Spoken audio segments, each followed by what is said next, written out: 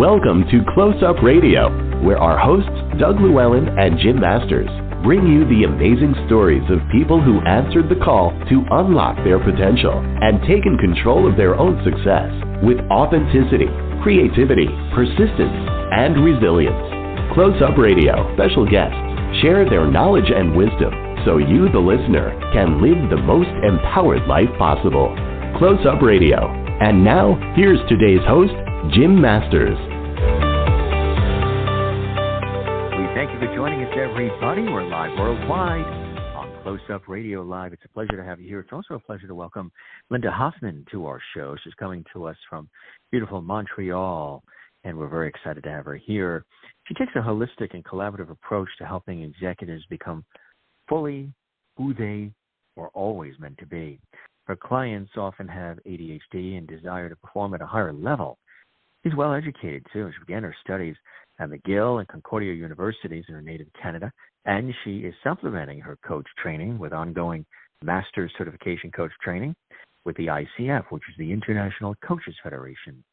Lynda also completed coursework at Harvard University on immunity to change. Also, Lynda is warm and down-to-earth, empathetic, passionate, constantly encouraging others to grow, learn, self-worth, and feel more confident in their own skin. Lynda works with clients who are between 30 to 50-year-old professionals and business owners who feel like imposters despite their success. They come from a variety of professional backgrounds, but they all want to feel more confident in their roles and improve their performance. After learning how to better understand her own children, she developed a specialization in coaching persons with ADHD. She'd been invited on 2 occasions to make presentations on this topic at the Canadian ADHD Resource Alliance. And whether her clients present with ADHD or not, Lynda takes a whole-person approach, evaluating career and life situations and helping people be the bright, ambitious professionals they can be, so they are seen by their coworkers for their strengths. Lynda emphasizes that the brain is plastic, and coaching can help us change our neural pathways by making different choices and taking new actions. Different actions over time create new neural pathways in the brain, and it is that makes anything possible. An exciting conversation coming up for the next 30 minutes, live here exclusively on Close Up Radio Live. Once again, Jim Masters here. Let's welcome executive life coach extraordinaire, Lynda Hoffman, joining us here from Montreal. Welcome to the show, Lynda. A real pleasure to have you with us today. Thanks for joining us. Hi, Jim. It's such a pleasure to be here. Oh, thank you very much. I've been very excited to have you here and really excited to also learn about your own path. You know, we all have our own path. Sometimes it's straight, sometimes it's windy, sometimes it's a dirt road, sometimes it's paved, but it's a path we take, and sometimes, you know, inspirational moments in our lives point us in the direction of doing what we end up doing, which, if we're lucky, is work that we love doing. Tell us about your path. You took a winding path towards your current career as a coach, and tell us those when, the hows, and one of my favorite is the why. I'm always asking the why, because I think when you ask why, you sort of feel it when somebody says why they do what they do. Tell us about all of that. It really is about the why. No question about that. Yes, I took a winding path. I certainly hadn't set out intending to become a coach when I was 20 years old. I thought I was going to be a lawyer. I was at McGill, and I was studying international relations with an emphasis on revolution and constitutional law, the rules of the game. I was really curious about what it was taking in order to create change when circumstances seemed so absolutely daunting, you know, even if they were geopolitical or personally. And shortly after that, I had children, and that's where the inspiration and the change in the course of my life took place. My son was a beautiful human being. I say was because he passed away 2.5 years ago. But he was a beautiful man, and he had serious neurological challenges, including ADHD. And it was my job. I was his mom. I wanted to find support for him, and I became insatiably curious about brain-based differences. I studied everything I could get my hands on regarding neurodiversity and what actually helped people change and grow so that they could lead more productive lives. I was desperate for answers. So one of the things I did is I joined a clinical team affiliated with McGill that was training university students to coach teenagers who are at risk of failing. That was a marvelous program. And essentially what they were doing was coaching long before coaching was a thing. Eventually I took that and became the director of a private college. And again, I was training teams and working with people who were really struggling, either with mental health, drug addiction, ADHD, anything of that sort. And they did very, very well. But I wanted to keep going. I wanted to learn more about human development over the lifespan. And so then I went back to university to learn about adult change. And that to me is everything. It's when we know ourselves and know how to change in the ways that we need to, we're actually fulfilling our potential. And that is so terribly exciting to me as it is to my clients. That's so fantastic. It really is amazing. You know, you're based in Canada, but I imagine you work with folks all over, right? Tell us about the opportunity to work with folks even beyond Canada, and also about some of the kinds of folks that you've had an opportunity to support and work with over the years. I've worked with a variety of people, but the common theme is that they're looking for career growth, and they know that that's all about personal growth. Professionals and executives I work with want to improve their performance, become more consistent, learn to become more confident. They lead teams or businesses, and they want to grow their interpersonal skills, hire, train, lead more effectively. It's all of that. Some of them want to grow into C-suite positions, and they're not quite sure how to go about doing that. But essentially, they recognize that there's a need to work on how they show up, how they listen and respond to their teams, and how to take strategic action even when they don't want to. And that could look like having hard conversations with certain members of the team. And I do work internationally. I've had clients in Asia, the UK, the Middle East, across Canada, the US. Technology breaks down all the geographical barriers. It's wonderful. I tell you, it really does, doesn't it? On so many different levels. One special group of people you coach is those, as I mentioned in the introduction, diagnosed with ADHD. Tell us again, you know, how, you mentioned a little bit of that in the introduction, maybe we can expand on it, first got interested in that particular group, and you recently gave a talk before the Canadian Resource Alliance for Persons with ADHD as well. Congratulations on that.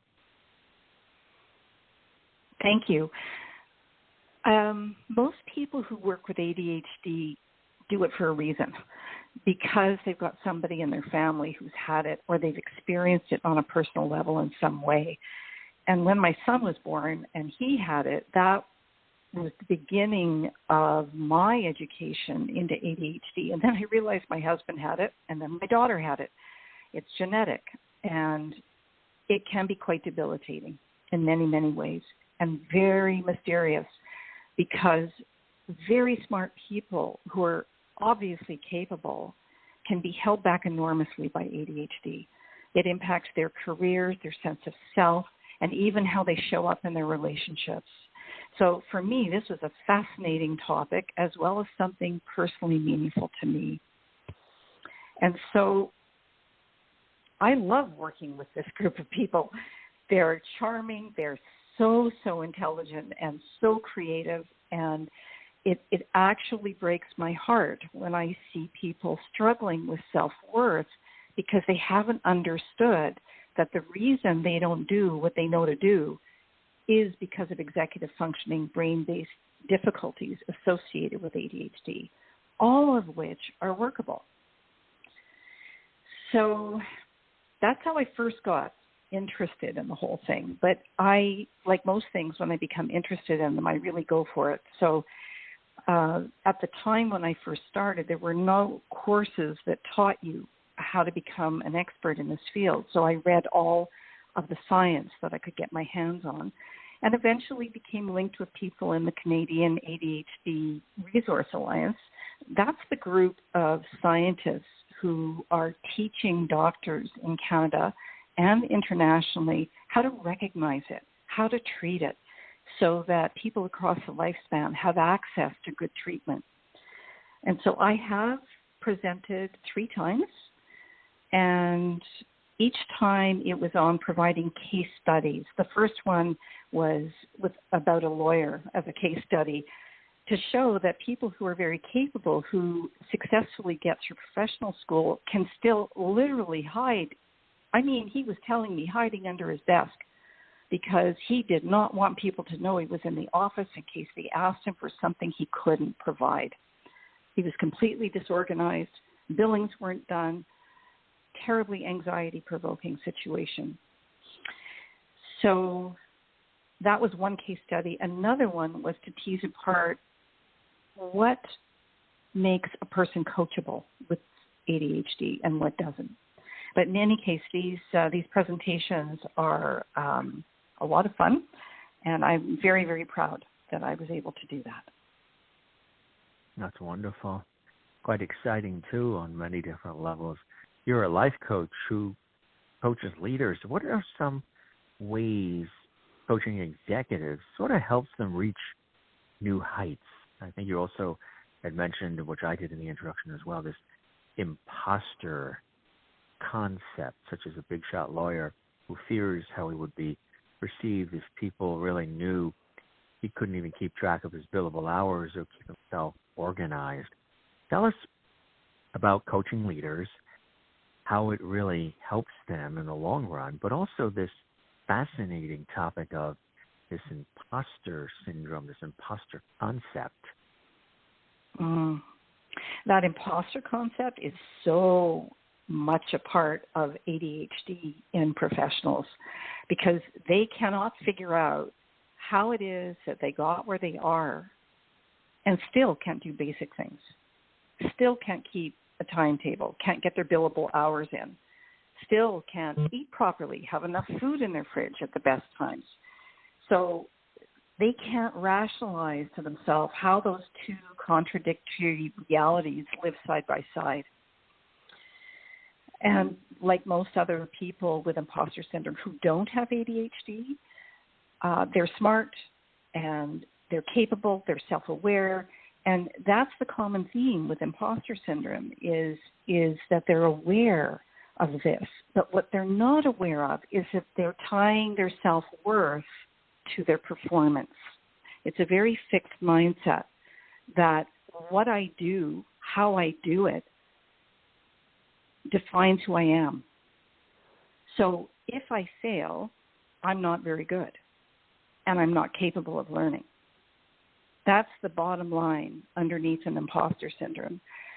Carol Dweck's work, The New Psychology of Success on a growth mindset, is fabulous because she did research on this and said that those people with fixed mindsets do not succeed.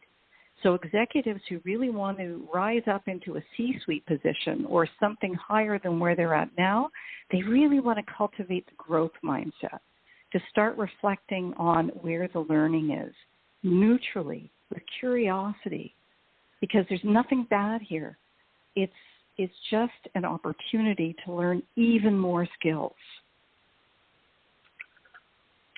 Does that make sense? Yeah, it does. Yeah, it really, really does on so many different levels. You say your style is whole person and holistic. Tell us about that. When a client comes to me for coaching and they want to rise in their career, they tend to be thinkers, doers, the people who see that carrot in front of them that they want to reach. And they think it's about just doing the work, doing more of the work, working faster. But invariably, what they want is not the thing. It's all about personal development. It's learning how to roll with failure, learning from their successes, creating structures inside of themselves, being more self-compassionate, and having an accurate self-concept, as well as managing their time effectively. Because all of these things, their personal foundation, is what will lead them towards more achievement at the end of the day. Because a lot of the executives I work with run into burnout because they just go, but they don't stop and reflect and think about how could I do that more strategically with less effort. So every part of a client's life is the curriculum for what they want to create. It's physical, mental, and spiritual. When they balance everything, that way of being is balanced, they can do it all sustainably without burning out. That's so important. And what are some examples? Maybe there's some case studies and success stories and things of that nature perhaps you can share that people will easily connect with. I'm chuckling because I'm not sure they're easily going to connect with it, but I'll give it a go. I have a couple. Because my client base is a little bit different than the average, I had one client example case study that stands out, I think, that really illustrates what I've been saying so far. This was a brilliant physician, and I say brilliant because she was working on the front lines of COVID. She had two small young children. She was a real advocate and a go-getter. And it wasn't until the first year of the COVID crisis was over that she confessed to me that she hadn't logged any of her billable hours. She had no way to go back to the government and say, hey, I actually worked these hours. So she lost a year's income. I have another client who is a brilliant theoretical mathematician and who has a brilliant career ahead of him, there's no doubt about that, who struggles with the basics that I alluded to before. This is making sure there's food in the house, that there's a balanced lifestyle, because people who are very bright and very motivated by the work that they do get into a kind of tunnel vision, like an over-focus on the work. And that can be quite devastating physically and emotionally. Yeah, I don't doubt that, huh? Is it true that people change? And if they do, can we rewire our brains to go with the flow more, maybe be more accepting of it, or just try to deal with it in a way that maybe makes things a little bit smoother for our lives? It's an interesting question. I think the change that happens on the outside that we experience, get married, family members die, our friends go away, or all these things that might happen, we need to adapt to. The coming, the going, the losses, the things we bring in, the loving that we do. We have to go with the flow there. The personal change is a little different. That kind of change is also something that makes people scared, because if they let go of what they know, they're afraid of what might not be there. Because everything is so uncertain, they don't trust themselves to be different. In other words, they're letting go of something for something they don't know yet. And implied in your conversation or in your question to me, I think, is how do you get people to change when they're scared? Yeah. Well, they don't like hearing this, but the way to do it is take small steps out of their comfort zone consistently, a little bit at a time. Then they get to see, hey, I didn't die. I'm okay. I actually did that. And the more they do that, the more this becomes routine, and it just becomes a part of who they are, because this is how we change our brains. Every time we're out of our comfort zone and we do something new, we're building and deepening the neural pathway for that way of being. So in this way, repetition is absolutely key to changing our brains. You know, I've always heard that. The repetition is important. And what do you see transpire when you see people not as fearful, when you see them more accepting of change and working through it? It becomes like a challenge, right? Like bring it on.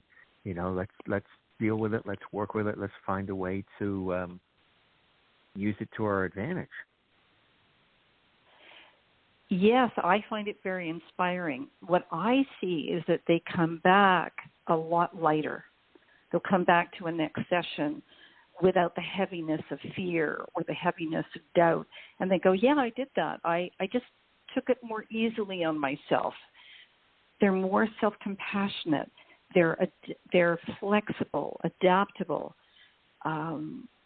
It's literally a lightness. A lightness, and yeah. It's light physically, lighter in their tone of voice. They look lighter. They're not as stressed. They'll tell me that they're more comfortable in their own skin. And there's a kind of separation between how they see themselves and the thing that they're trying to do. So the outcome is not defining who they are. They see themselves as the source of creating the result, not being the result, if that makes sense to you. How amazing is that, too, when that happens, right? I had a client tell me about a month ago, this is a fellow from the U.S., actually, who struggled his whole life to feel confident and comfortable. And he told me for the first time ever, he was happy. He's 44 years old. He never thought he'd feel happy. That was really rewarding. I would imagine, right? It's and it's also rewarding for you because you get to see these things transpire. You get to see these things happen. What is it like for you, as the one who isn't doing the work? You're the facilitator. You're showing them and guiding them on how they can call upon themselves and some of the techniques and strategies that you design for them. Well, yes, I facilitate and we design those things together because they know themselves. They're the expert on themselves, and I bring the process. That's my job. But for me, it's deeply rewarding. I can't imagine anything else more fulfilling. I know that might sound kind of cliche, but there are times where I've had tears in my eyes when clients are telling me that they never thought they'd get there, that they're doing something they said to themselves before they couldn't ever do. That is like, what else is there? It's an honor to accompany people on that kind of journey. Why do you love doing this work so much? Obviously, it speaks to your heart and soul of who you are. What is it about it that does, and why do you enjoy it so much? And your approach is quite unique. I think what I enjoy is meeting different people every day. And if I sign up with a client, we meet for 6 months or a year, sometimes longer, depending on the situation. And we really get to know each other in that coaching container. It's a meaningful relationship. Every new person brings a new life experience, a new perspective, a new energy, a new business experience or professional experience. And I find that exciting for me intellectually. So it's not just the process of change that interests me. It's the life story of the person who's sitting in front of me. I love it. Exactly.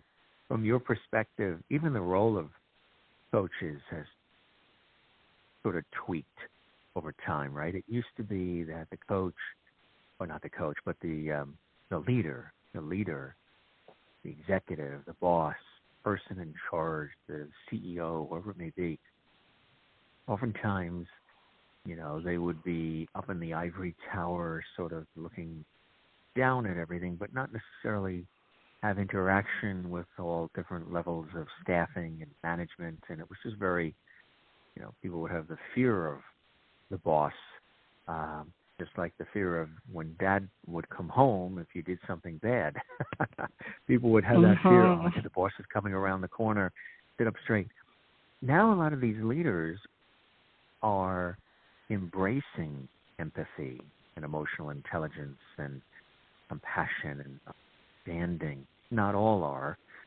There's more work to be done, but it seems like that is a shift in thinking, shift in society, and just a positive gift, this understanding of these are human beings with lives and dreams and hopes and desires and responsibilities, and they are under my tutelage. Let's engage with them. Let's hear from them. Let's see how we can support them so they can enjoy what they do and feel compensated, and that will result in a better bottom line because everybody will feel very invested in the task at hand. That way of thinking of leadership has sort of emerged and evolved in a positive way, right? Absolutely. And I agree there's more work to be done, and it's exciting to see leaders now stepping up to do the deeper learning so that they can support their teams in a more human-centered way, because people on the teams are their greatest resource. And we know that people do not learn when they're afraid. So we want to call on people to inspire them, to increase their own agency. And in a sense, leaders need to coach. They need to learn how to lead from behind, not from the top. And I think the key learning there is for a leader to become very comfortable with their vulnerability with themselves and be able to share that vulnerability appropriately with their team. And that's not easy, especially when leaders are still believing that they need to show up perfect, that they can't make mistakes. They have to be seen as having all the answers, when really questions are the best way of leading.